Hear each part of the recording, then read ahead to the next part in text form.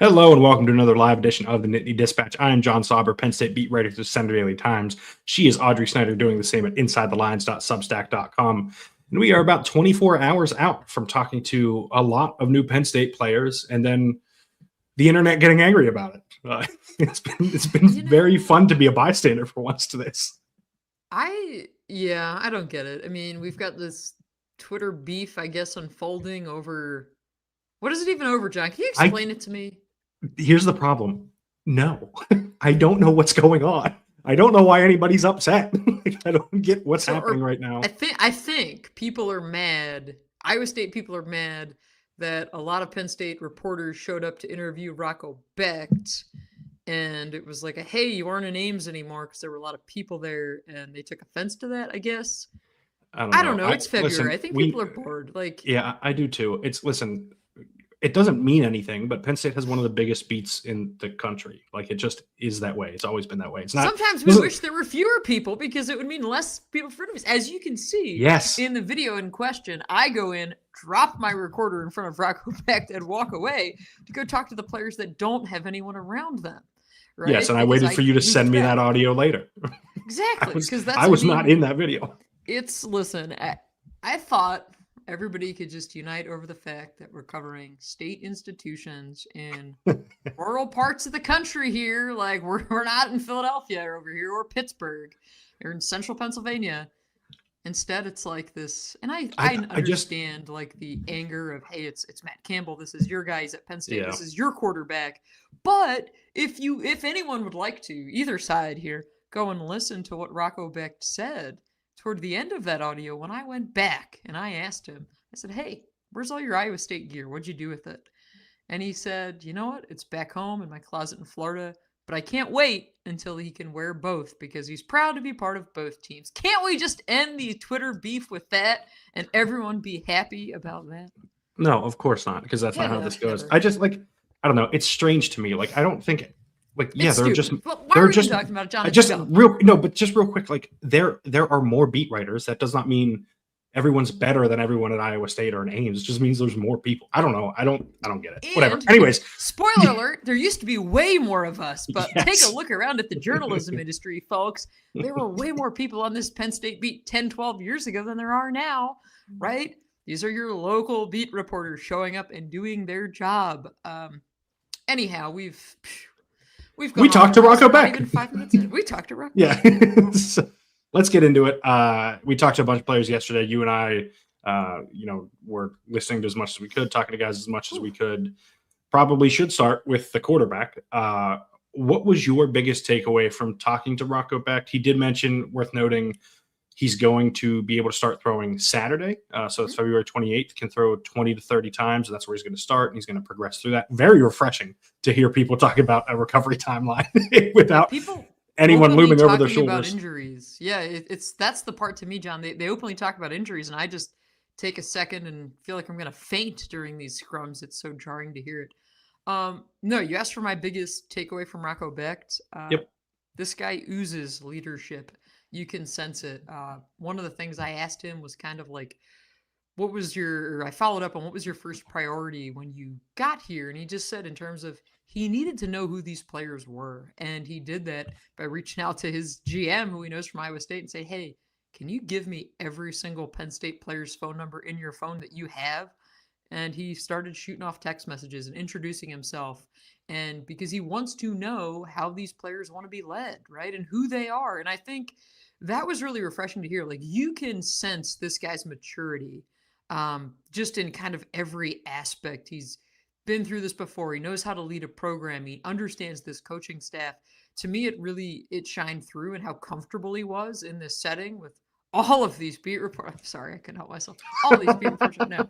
I think he knows how to command a room. I think you can sense. I mean, often with your quarterbacks, you get that, right? You get that dominating personality, and I never got that impression with Drew Aller, just because he was a more quiet, demeanored person. And there's different ways of leadership, so don't try to splice this up into something else. But I never got that from Drew, where Rocco, I got it from. I got it from Sean Clifford, from covering him. You could hear it. You could sense it with Trace McSorley. To be Again, fair, it's just how Rocco, people are. but Rocco is also older than Drew ever was at Penn Hmm. State, right? Like Drew was young for his class and Yeah. then was, here for 4 years. Rocco's in his 5th year, right? Like in his, not the same age Drew was when he got to campus. But yeah, no, I think you're right. Right. Like this is What was that? someone who, yeah, I don't like saying that. I said it. I was like, can we go edit Yeah. that despite being live? I do think you're right, though. And I think that his leadership stands out. It's clear from talking to the rest of the players we did that guys really gravitate to Rocco, despite him being a renowned cheater on the golf course. Just Yeah, remarkable. there's a lot of juice there on him being a Yeah. golf cheater. Yeah. Yeah, I'm going to be circling back on this at some point. Never lost a ball in his life, all those sorts of things. Well, I haven't either, John, because I don't golf. Yeah, that's right. Okay. I almost lost a ball at the simulator the other day, and that's hard to do. But I think his leadership really stands out, and I think he is going to be the focal point of this program this year. He's going to be the centerpiece. He's going to be the name that everybody talks about all the time. And I think as soon as Matt Campbell took that job, that was always going to be the case, right? He said, that he decided this is where he wanted to be. Like he wanted to be spend his 5th year with Matt Campbell once Campbell left Iowa State. There were other programs interested, but I don't think there was ever any real chance that he went anywhere else. There's a reason the reporting played out the way it did with ESPN reporting on some of those things about, after Campbell left, I believe it was, the surgery on his non-throwing shoulders on his labrum was reported by ESPN. And they, there was mentions about like his future plans, and then like the clock strikes midnight and the portal opens and suddenly Rocco Becht is is going to visit State College. And so, yeah, I think this was, it's good to get introduced to these guys. It's good to see them. We saw Rocco at Thon on Saturday at Thon Explorers, but it's good to have these. I went up and talked to him, and nobody yelled at me for yeah, saying there are no snipers trained on you immediately. But yeah, no, yeah, give them time. Well, because with such a large beat, I mean, they've got other people. Yes. Please stop. So I'm not even trying. I know. You don't even care about this. You just I don't either. Now, I know. I know. But yeah, he's going to be the face of this, and quite frankly, he's going to dictate what this looks like, right? Mm-hmm. Because the first year can be really important. It kind of sets the standard. He's going to be the one that sets the standard of what Penn State football is under Matt Campbell. He's going to be the one that is tied to Matt Campbell, because Campbell has emphasized this. He did it at his post intro presser media availability where it was you and I and a few other reporters talking to him. How many? In this large? I think it was 11. It might have been 12. But like there was a few of us in a small room talking to him, and he said about the quarterback and the head coach being kind of tied at the hip and being like-minded, and being the quarterback being kind of the representation of the head coach on the roster, if you will. Mm-hmm. And he has said it again, since then. I think he said it on signing day when we spoke to him before the assistants were made available. And Beck echoed that. And he said it gives him a lot of confidence, right? Like, because it's not just that, yeah, you have to represent, like, this is the standard, you have to meet it. It's, I believe in you to meet it, right? I believe in who you are as a person, that what you are going to be on the field, in the locker room, around the players is not just good enough. It meets Campbell's own personal standard of what he expects. And so I think that that relationship is very clearly there, and that Beck really is like a mini version of Matt Campbell, basically, within the team. John, that relationship, it screams the big A word, one we heard a lot around here: alignment. Oh. Yep. Your head coach and your quarterback, your offensive coordinator, you need that alignment. And they absolutely have it here. And I went back and parsed through some quotes I had from Taylor Bowser from that assistant coach media day you mentioned. And he described Rocco Becht as someone who has competitive excellence, and said, whether they're playing spike ball or golf, whatever it might be, Rocco's going to keep competing. And that's that Trace McSorley parallel, right? Yes. Look at this guy. He's a gamer. He's a winner. I mentioned this on whatever day it was we recorded earlier this week. Tuesday? Tuesday. Yeah, Tuesday. That's kind of the comparison I think we're going to hear all year. And the funny thing was, I sat down to write Wednesday night, and I was like sifting through my quotes and my notes and just, transcribing stuff for a story over my Substack, Inside the Lions. And next thing you know, I've got like 4 quotes from different people that are just like, I love Rocco Becht. I love Rocco Becht. I love Rocco Becht. Here's why. And I was like, this is like a Rocco Beck love fest story. And I mean, these are guys that haven't been with him that long. Like Quentin Martin Jr. is like, I love the guy. He's a people person. He's easy to talk to. Talking to some of the Iowa State guys, it's like, hey, when we were young players at Iowa State, Rocco made us feel welcomed. He knew our name. He came up to us. He talked to us. Like, just back to all those leadership traits, the things you want in a quarterback. Despite him not being able to throw right now, he's helping lead these quarterbacks and receivers through throwing sessions and saying, hey, this is what the drop back should look like. It should be this deep. The route needs to be run at this depth, and all these things of, let's start working on installing this offense. Let it be player led. And it goes back to, oh man, I'm dropping a lot of A words today. Accountability. That's the other big A word we got out of. Every time you say that, I grow increasingly concerned. Yes, and John's going to have to find a censorship button for me on here, yeah. Yes. But I do think that he is, like, to what you said about him, like, he just talks to guys. Like, he is a teammate, right? Like, he's not above the fray as a quarterback. And like you said, I'm not implying anything about anybody else, to be clear. I'm talking specifically about Rocco Becht. I think unconfrontational podcast here. That's not true. Today we are. Oh boy. If anyone knows either of us, we are both ready and willing. But no, I think it shows that he is, while he is that extension of Matt Campbell, he's also just like one of the guys, right? Like, he's just a teammate. He doesn't, like, the teammates don't view him as this. He's not someone who is like going to go snitch on them to Campbell or anything like that, right? Like, he's able to balance that really well, and I think that is like crucial for being in that role. It's very important. It's like when he goes up to people and it's just like, "Hi, I'm Rocco." It's not like, "Hi, I'm Penn State starting quarterback." It's like just very normal. Yes. And that to me is like, you can sense it. And I think this is where the Iowa State part really helps. And like, you understand expectations and pressure and exposure, but also you are who you are. And this is what got you here.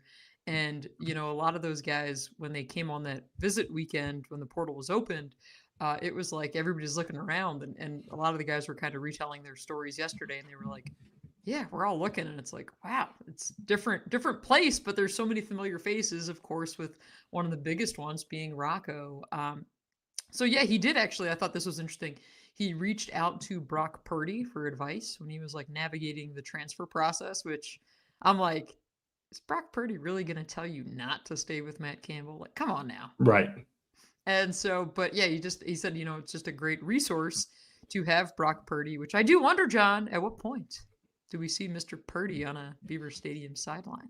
When do we see Nick Sirianni and the Mount Union connection there on the sideline? Well, whatever the spring game, if there's a spring game, whatever that April weekend, whatever it looks like, maybe? Or no, that's the draft weekend, so it wouldn't be, no. Yeah, I am guessing that at some point we see some coaches and some players with connections to Campbell there, which will be very funny, as a lot of the beat are Eagles fans. So that could be very amusing. Big Dom's just forever on the Penn State. Yeah, he was just at the Rutgers game. I still don't know really what happened there. He was just here last year. We still do, yeah. Yeah, oh, no. Big Dom's not going anywhere now. Yeah, well, that's true for at least a year. Anyways, let's take a quick break. Don't forget, if you are in the live chat, feel free to leave questions. We'll get to them all at the end of the show. I see some of them in there. Don't worry, we'll come back to them. I'm usually pretty good about remembering the context of what was asked. To the person who asked about the golf allegations. We'll get to that about Beck later. But yes, let's take a quick break to talk about our good friends at Robeck. John? Yes. I see it. Yes, right here. You got a Robeck hoodie on today. Yeah, this is the one I wear to every bowl game every year. Oh, that's the Chick-fil-A cow spot one. Yes, I hate you so much. We showed up to the game in which the receiving corps underwhelmed, and I think which one? Yeah, that's true. I'm not narrowing it down. Yeah. Our friends over at Robeck can help you save 20% off of your first purchase with code TND20. That's TND20 as in the Nittany Dispatch 20. Hoodies, hats, joggers, shorts, polos. Get ready for the golf course. Get ready for spring weather, John. I can feel the weather turning. Like I can see the daffodils are starting to come up in my garden. I can see that it's getting light longer, right? Spring's right around the corner, so is spring ball. Check out our friends over at Robeck, and you can check out their St. Patty's Day collection as well, because that's coming up real soon too. Yeah, and I can more importantly see myself on the golf course, where I will be wearing Roback polos, Roback hoodies, Roback shorts, and Roback joggers every time I hit the course. The Chick-fil-A cow spot top too. It's you can't roll it out. This is a great hoodie. I love it so much. It's very yeah. When you wore that it was the Peach Bowl.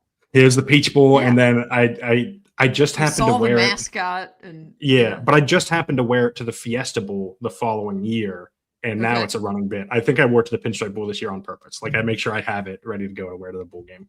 But yes, if you would like hoodies like this, you can get them at roback.com using code TND20 for 20% off your first order. And let's get back to it with yesterday's media availability. Probably best to pivot to one of the returners from last year who you will be writing about. I believe you'll have a story in people's inboxes tomorrow morning for those subscribing to InsideTheLines.substack.com, which I highly recommend. But yes, that is linebacker Tony Rojas, who had a lot to say. Tony is on the mend. This is the first that we spoke to him since last October, probably since before he tore his ACL in practice. Tore his ACL last October, and don't remember if that's out there, but it is now. Whoops! He was recounting the timeline for me yesterday, and it was basically plays in the Oregon game that Saturday. And Tuesday at practice, first play that following week, tears the ACL. And, I'll have a story up Friday morning, as John said, in subscriber inboxes, kind of outlining a lot of what was going on with Tony last year, in front of the scenes, behind the scenes, his frustrations. I mean, I think a lot of fans remember the tweets that were coming out during the coaching search, and he kind of explained that. And his frustrations, like this is a lot when you're going through a season-ending injury in such a critical season. And, this whole thing that all these guys worked for just spirals. The head coach who recruits you here gets fired. Coaching search spans 54 days. And he's very vocal that he wanted Terry Smith to stay here. So, I think you take all of that together, and I wasn't so sure, John, that we would ever be talking to Tony Rojas again at Penn State. Right. And so I got into that a little bit with him yesterday too. And just, why are you still here? What changed? What's different? I don't want to give away the story because, as always, the best work's always got to be behind the paywall, because that's how we keep these lights on here. And that's how we eventually are going to unblur my camera once we figure out what buttons to hit. Because the lights are on. You can't really see them. Yeah. The lights are actually not on in my current setup because I got some nice natural light peeking in over here. But that's why people need to subscribe to the Center Daily Times so John can afford to turn the lights on in his office. Yes, that's right. And I will also have a story on Tony Rojas tomorrow morning as well, touching on a lot of the same stuff that Audrey said. But yeah, this is, someone who definitely dealt with a lot of frustrations last year. Definitely, how do I say this? I don't think either of us is going to have this in our story, so I don't feel like I'm burning anything here. Definitely someone who had a chance to be elsewhere. I straight up asked. Yeah, he was not he never went in the portal.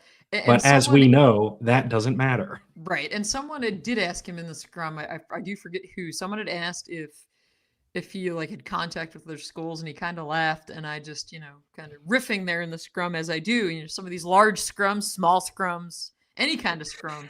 Whenever I have a chance to get a question in, I said, "Well, Tony, were there any interest from Southern schools where the weather's a lot nicer than it is here?" And he just laughed. I don't know, around Coral Gables, maybe. Yeah. That's any interest there? But I just think all of these guys had a decision to make, and the timeline was so difficult, just because everybody had to figure out what they were going to do and what was best for them and what did it look like and who is this new coaching staff. But the theme, and we hit on this a lot on Tuesday, John, that Tony Rojas wanted a head coach who was going to come in here and hold guys to a higher level of accountability than what had been going on here in the past. Again, this is players' words, what they're saying. John and I have connected a lot of dots for folks on here in the last several months of things. Especially 2 days ago. 2 days ago. Yeah, if you didn't listen to our show on Tuesday, I highly recommend you go back and check it out. Because John and I outlined the culture shift that is taking place in this program that him and I picked up on from just being at a charity event. It was like, wow, this is drastically different. Of you start to put the puzzle pieces together, and we heard more of that on Wednesday from players because, again, it was new players, transfers, but also some of the returning guys who've seen this thing through, been around for a while. And that perspective is really valuable. And I think when you look back at all of what went wrong last year, so many different things, you could point to about 6-8 different reasons as to why last year unfolded the way it did. And so just kind of being able to put a lot of that to rest. And I understand, I'm sure there's probably people in the comments. I know whenever I write about this topic, it comes up, people say, James Franklin's gone, move on, we don't care. Trust me, I get it. But that's also part of the story. Like, we have to close that chapter in terms of we haven't heard from these guys in Tony's case, since September, October. What they're saying is part of that bigger narrative, part of that bigger context that really matters. And I think helps outline different levels as to why this thing flatlined last year. Well, and also clearly some people at Virginia Tech have not moved on either based on their subtweeting. So I think everybody probably needs to close that circle and move on with their lives. I mean, I think it's like you've got Iowa State folks who are feeling certain ways right now because Matt Campbell's here and Rocco Beck's here and most of that team's here. You've got Virginia Tech people feeling some sort of way. You've got Penn State people always feeling a sort of way. And John, what a privilege it is for us to get to navigate all of those choppy waters. Yeah, you just think February and March are going to be kind of slow, and that's just never true. Good news is spring ball is probably about a month away, somewhere around there, late March. Good news is I'm getting on a plane Monday, so this is John's problem for the next 2 weeks. It is, and I have lined up a beat writer to be a special guest next week. Audrey's permanent replacement, maybe. Who's to say? Maybe we'll just never invite her back. To be clear, I'm going on vacation. I should be coming back. As everyone knows, though, if I can find a way to revoke your access to the studio where we record, our virtual studio, you'll never be able to find your way back in. Oh, 100% not. Like, yeah, every time I you'll go be into lost Gmail, forever. I just search for John's name and just podcast, and that's the only way I get on here every week. So, yeah, but I mean, John, the good news is it's a very large beat, so you have a lot of our good colleagues that can come on and talk. So that's very, very nice. I appreciate the folks who are going to come on here to keep the show running. That way, it doesn't have to be a solo podcast because I did those twice last year, and it's a tough scene. A lot of good friends of ours on the beat. A lot. just to emphasize that a little more. But yes, we talked to a lot of players, though, yesterday, too. And I think there were some things. And keep on the lookout on both of our outlets, insidelions.substack.com and insiderdaily.com. We're both going to have a bunch of stories over the next 3 or 4 weeks, not just about the big names that the Rocco Becks, the Ben Bramers of the world. There will be other stories, too, that I think are very, very interesting. A lot of these guys have really good stories to tell. Some of these guys, and I think it's insanity, drove here, chose to drive here, some 15 plus hours to do so.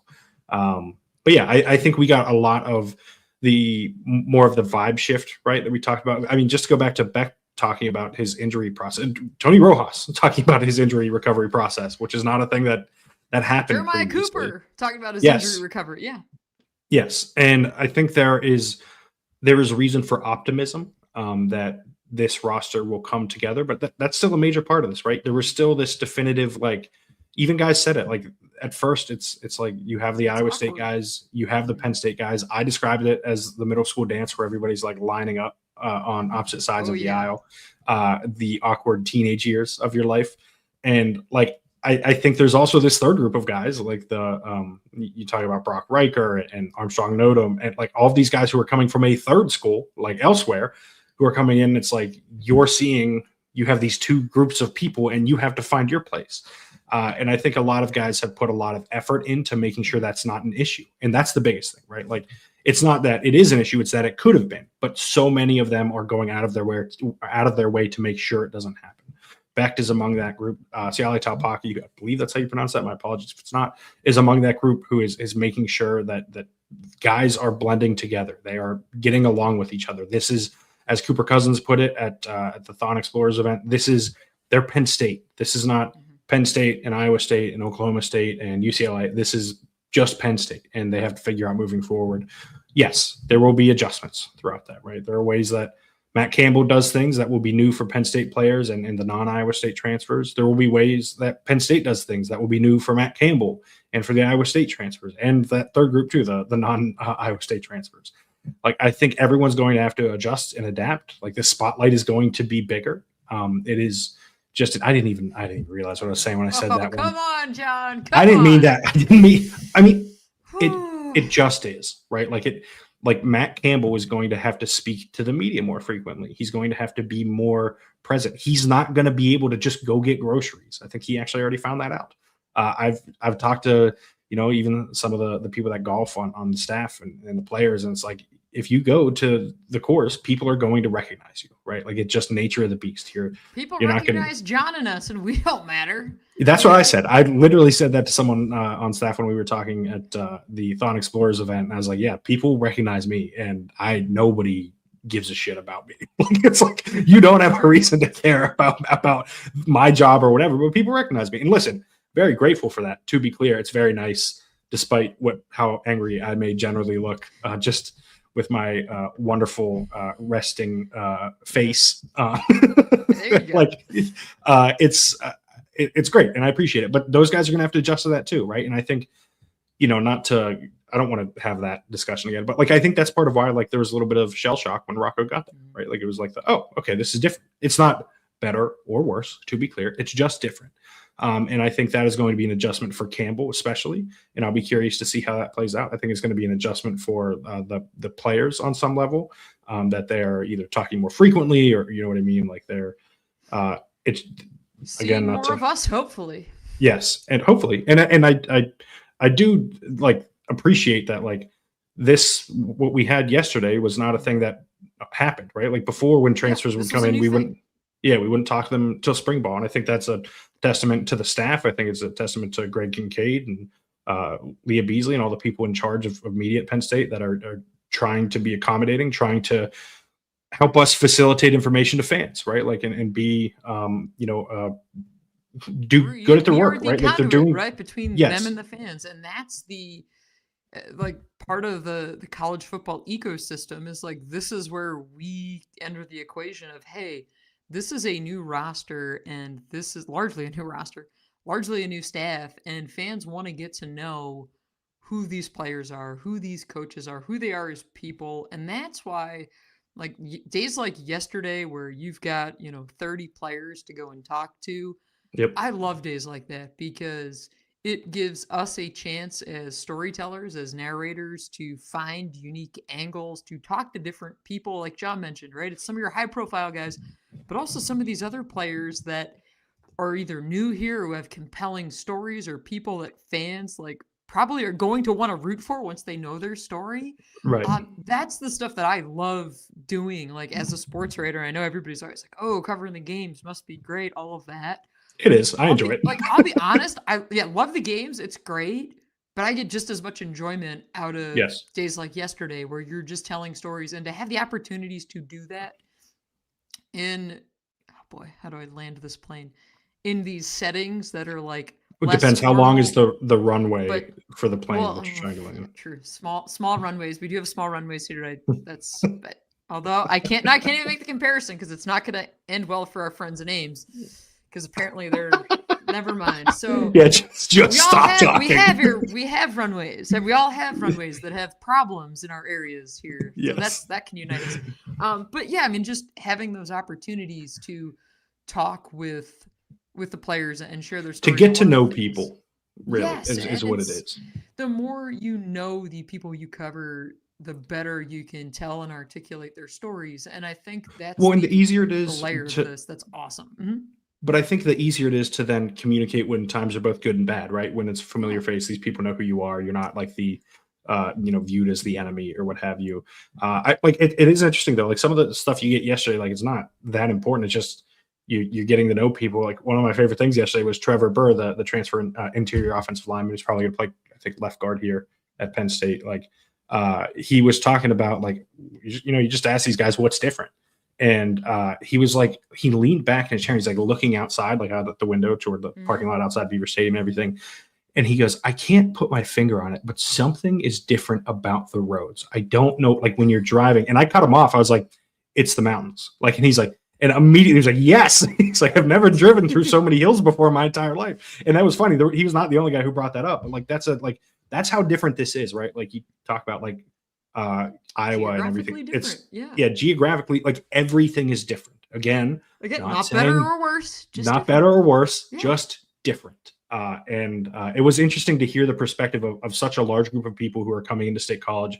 Usually we don't get this, right? Like we're not talking to people who are completely unfamiliar with it. So many guys said like that the snow was like this new thing for them. So many of them said that that they went out, were like they didn't realize that it was like this major snowstorm. They just thought it was normal. So they were outside playing in the snow. You know what I mean? Like it was like, it's genuinely new, right? Like usually when we get these kind of availabilities, it's like the redshirt freshmen or the guys that are true sophomores, and they've already been there for a year. This was like really fresh for these guys. They've been here for 6 weeks or whatever. They haven't gone through spring ball yet, haven't played in Beaver Stadium yet, whether it's a spring scrimmage, practice, whatever. Like, yeah, it was all new and different, and you could sense like the excitement. And one of the things I did, and so I'll have a bunch of stuff out even while I'm on vacation, because that's the beauty of remote work these days and what we do. Like you can work ahead and schedule stuff to hit people's inboxes. So again, if you sign up over at Inside the Lions, you give me your email address, you get my content delivered right to your inbox. You don't even have to go searching for it. And one of the things that'll be coming out while I'm away is I like doing these player surveys, and it's something I used to do at my former employer too. They're really fun just because you get a wide range of perspectives on various topics. So I was going around asking guys for their best Matt Campbell story and what they did with their Iowa State year, where it is, what Penn State fans should know about them as players, as people. So I'll have that coming out. And I also will have a story on what I thought was one of the more interesting details of how you mesh and blend these teams, right? Terry Smith called it the blended family. How you do that and how Matt Campbell is approaching that, because that started the first team meeting back when these guys got to campus in January. And I mean, it was like strategic and where people sat and what they're doing since then. And it all ties back into the accountability piece. And I think it's should be, once I write it, should be a good window into how this team is meshing together and how Matt Campbell is doing it, which is really like an exercise in leadership and team building and camaraderie and like, oh yeah, we got to get ready for spring ball too. So that'll be out. Again, I'll have a bunch of stuff coming out, but yeah, to me, it's like the accountability piece, the cultural shift, the guys coming back from injury, hey, we haven't been here before, it's all new. It's just a really exciting time to be covering this team, to be quite honest. Like this has been just fun getting to tell these stories, start to figure these guys out. I mean, we had the assistant coach media day. I mean, it's refreshing. Yeah. I mean, John, we're almost literally super close to March, and it feels like, like this offseason is going to fly just because there's so many new angles and storylines to work with. Yeah, honestly, you cover the coach and coaching staff for so long, eventually, like you run out, right? Like the timing of it is not lost on me that I write that story on James last year, right? Like sort of right at the last moment. Like that was the last opportunity for any of us to write it. And I'm super grateful that he trusted me to write it, one, and to tell his story. But like, two, it was like I finished that and I was like, well, now what? Like it's like you know what I mean? 12 like years of that, yeah. I know, but like it's one of those things. Like this is refreshing, I think, for everybody. Let's get to the chat here real quick. Campbell burger predictions from the field. I will say that this is going to be a burger with. It's not going to be a turkey burger. I can tell you that. I think promise. That's pretty safe. Yeah. I'm going to guess we're looking at double bacon. Okay. It is going to have onion straws on it, like fried onion straws. Okay. Trying to think of the cheese type. It'll be double cheese as well. You think he's a double cheese type of sauce? Guy? Yeah, I think we're talking real beefy and real dairy-y in this situation. Very Midwest vibes.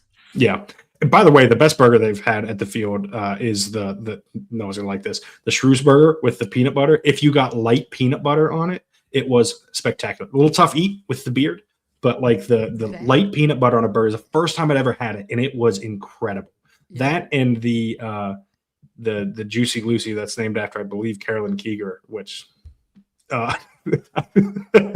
those were two of my favorites. So maybe this is a bad one. Maybe it's better if the burger's terrible. Here's my this is a take that's not going to land with the audience. Oh boy. I like turkey burgers, and I think they're great. You're right. You are right. So that is not good. I say this as someone who eats respected James when he that's when he was like, yes, I picked a turkey burger. I was like, wow, actually, I like this. Here's the thing. I eat a lot of ground turkey instead of ground beef, but if I'm eating a burger, I want beef. That's it. Everything else, like I don't mind. Like tacos, like I'd rather have. Like you can have a good turkey burger, good veggie burgers. I'm a weirdo with those too. I like veggie burgers. Yeah, if I'm having a burger, I want beef. Yeah. But yeah, I think we're nailing Matt Campbell as the Midwest guy. Double bacon's a good call. It's gonna be hearty. Yeah, double bacon, double cheese. I guess does everybody get the standard roll there? Are there different rolls? No, I think they have different rolls. Yeah, the field, by the way, I mean, they don't sponsor us. Yeah. If you'd like to sponsor, we're here. But yes, tremendous stuff. They're very good burgers. Actually, the story a couple years ago, Erica Dombach, soccer coach, had her burger, and it was like basically sort of like this Philly cheesesteak, and I got to try it before they had released it. And I got to tell you, that one's fantastic too. The only one I haven't had is the Guy Gadowski one, and like it seems like a lot. It seems like there's a lot going on. I'm sure it's good. I just don't want to eat it. Yeah, I was over there several years ago for a story I did on. It was like how basically we were doing like a whole series at the Athletic on these different restaurants and how they're like at where the shape of at my previous employer and how they're kind of like the shape of the town and the community, and like the thing that I like about a place like the Field is that they are fully part of the community, and like this is where the coaches radio shows are now. You'll see a lot of like I golf there, top coaches, trees. Players. Like it's always a tough place to get into, but they had a really good.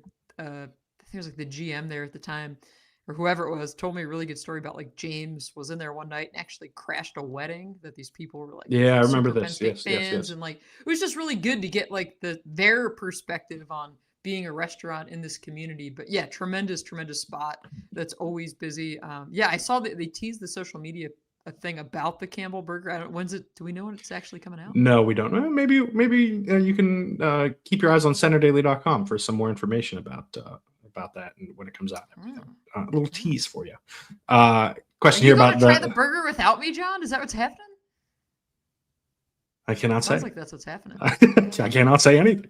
Anyways, someone asked if the golf allegations came from Ben Bramer. They came from Ben Bramer. They came from Taylor Mauser. They came from Noah Pauley. I'm trying to think who else. It's pretty unanimous that Rocco's a cheater on the golf course, which is very funny to me. Someone asked if there's issues between Brock Reichert and Dom Rowley. I don't, not that I know of. I think I see what else you said, like is said in the chat. I don't want to, bring other people into this because I don't know what they said, but I think it's a situation where there's just natural tension, right? Because you're bringing in a center for someone who wants to start at center, and that's all it is. I don't think there's anything more to it than that. On that note, you mentioned like the position thing. This made me think. I asked Quentin Martin yesterday in terms of, hey, you're coming back, and all of a sudden you've got all these other running backs coming in, like. And I asked this as like hey, I think this is going to tell us a little bit about the people we're covering of, hey, like, were you aware that they were going to bring in these other running backs? Yeah. And he said, yes, that there were conversations. That kept him in the loop the whole time. Yes. Yep. And I was like, okay, that to me is an important layer because so much of what we're hearing, and I get it, it's the honeymoon period with all this stuff, but it's that Matt Campbell is being honest and forward and transparent with these guys. And I thought that was a good example of it. Well, and Quentin knows James Peebles from their recruitment too. He mentioned that. We didn't get too much into that, but yeah. Let's see here. I think that's mostly it. There's a question about the returners and everything. We'll get more into roster related stuff as spring ball approaches. We're gonna have like this overarching spring ball preview, so I don't want to sort of get too far in front of that. Yeah, I never tell you what we're going to do. We're also going to do a spring ball preview where we try and predict what our thoughts are going to be post spring ball, pre-spring Okay. ball, which I'll give that Audrey, some thought while I'm away. Yeah. it seems you're just learning about that now, despite me telling you about it a week ago. That's always good. Whoops. Someone asked of the Iowa State players who transferred, who follow Campbell to Penn State and have NFL aspirations, what school do you think they'll shout out in like the introductions, like those NBC introductions? I wouldn't be surprised if you. So I don't know if people know this. When they do those intros, they record several versions of them, like so they can use them throughout the year. So like guys don't choose just one thing to say; they have several things they say. They shoot them and then they use whatever. Like Jordan Mailata, everyone always points out. Calls out Jeff Stoutland University, which that's actually very interesting to want to see if that happens this year, given the situation there. Brian Bulaga, Iowa.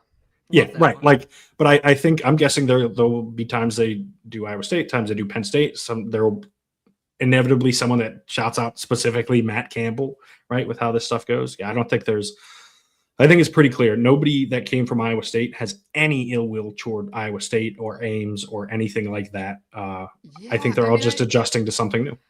I thought they all were really grateful to be here, but also understanding of hey, I loved my time at the other place, and that was really cool too. I definitely understand how this is a fan base thing, which is part of what we've been mentioning with the Twitter stuff. It's the pride thing. But I from the players, I did not at all sense any of that. It was we loved our time at Iowa State. It was super cool, and we're grateful for the chance to be here and to be with Matt Campbell and our coaches, whatever. I think this is very much just a fan thing that's transpiring. Yeah, and I still remain completely, I don't understand any of it. And I'm not going to, and I don't plan on digging in too much. But I think that is probably a good place to leave this. Audrey and I will both have stories up tomorrow. I believe we both have stories up already about Rocco Beck. We do. Audrey has hers at InsideLines.substack.com. Yep. Mm-hmm. Mine is over at centerdaily.com. That's CENTRE, as in the county, not CENTER, like the word. If you would like to find Audrey on social media, you can find her at OddSnyder4 on Twitter. You can find our Blue Sky at audreysnyder.bsky.social. You can find me on Blue Sky at johnsauber.bsky.social and on Twitter at johnsauber. Because some of us weren't fourth in line to claim our handle on Twitter. We were able to get it right away. Well, apparently we didn't get into this, but it appears, John, some of the transfers, at least one, has some very strong Packers connections. So I'll save that for. Okay, I was gonna say, are we gonna continue on that road, or are we just gonna? We're not. I'm just gonna let it there because that's the four. Yeah, Audrey will bring it up when she comes back in 7 months from her. I'll be back. Her gallivanting around the globe. Yeah, I'll be back March 16th or something like that week, the beginning of that, because Pro Day is the middle of that week. I'm back the beginning of Pro Day week. We'll see if I let you in the studio. Yeah, I'm gonna keep threatening this, so you think about it for a while. Gallivanting around the Caribbean, if you've followed me on social media before, I like to disappear for a couple weeks, usually around this time of year, right before spring ball. Go out, explore the world, enjoy a little bit, see some beautiful beaches, and hang out. And you go outside, drink some cocktails on the beach, and then come back to Center County. I go to my basement with my gaming monitor and TVs into the golf course. Teach them. And you know what? And John, that's the thing, right? It's different, but one's not better or less than the other. We're just different, and that's what makes the world go round. Maybe without you, we'll debut Reese on the podcast. We'll show my dog. Yeah, you could bring on the dog. You can bring on other writers from our beat, because there's different people to choose from. You could do that. You could do a solo show. Bring in a guest. Just don't give up my spot, because I will be back in a couple weeks. My favorite part will be if you're watching on YouTube, this part right here where our names and stuff are. We'll see if I remember to replace hers with our guests. Or if I don't. We'll see. You're going to have to do damage control for the guest. Yeah. Yeah, that could be fun. But no, that's a good place to leave it. Don't forget to rate, review, and subscribe to the podcast on Apple Podcasts. Those 5-star ratings really help us out. If you are watching on YouTube, shout out to Melinda, who pointed out last episode that we are 3,950 some, I believe, subscribers, very close to 4,000. And you know what that means? If we get to 4,000, that means I get to start begging everyone to get to 5,000. So let's keep rolling through that. And eventually I'll stop begging, but also probably not. But don't forget to hit the subscribe button down below if you're watching on YouTube. Hit the thumbs up button.